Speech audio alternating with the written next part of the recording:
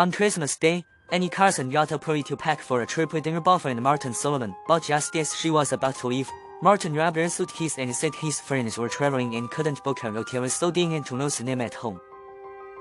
Annie was stunned and pointed out that the already booked flights and accommodations, which cost over $50,000, were non-refundable. Martin got emotional, saying that just because he didn't earn as much as her, he didn't have the right to let his friends stay for a night. Before Annie could answer, a girl swaggered in. She made inappropriate remarks about Annie, saying she looked like a prostitute. Annie told her to get out of the house, but the girl got upset and told Martin to make Annie leave. Martin then asked Annie to stay somewhere else for a couple of days and slammed the door. Annie was shocked and called the police. Looking at the flight departure text on her phone, Annie was furious.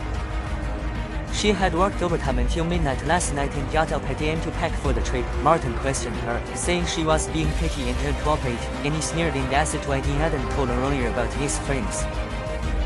Martin retorted that he was afraid she'd be snobby and disagree. Annie asked him to transfer the money for the lost tickets and hotel, which made Martin panic. He accused her of being materialistic and told her to tidy up the guest room as his friends were having some. Annie sat on the sofa and said her parents were coming too, so there was no room. Martin said she should have told him earlier and accused her of not wanting his friend to stay and making up the story about her parents. He also said his friends weren't as wealthy as her parents and the hotels were overpriced. Just then a strange woman walked in. She stepped on the floor with muddy shoes and looked around the house. She made similar inappropriate remarks about Annie, and Martin said that if Annie weren't a bit wild, he wouldn't like her.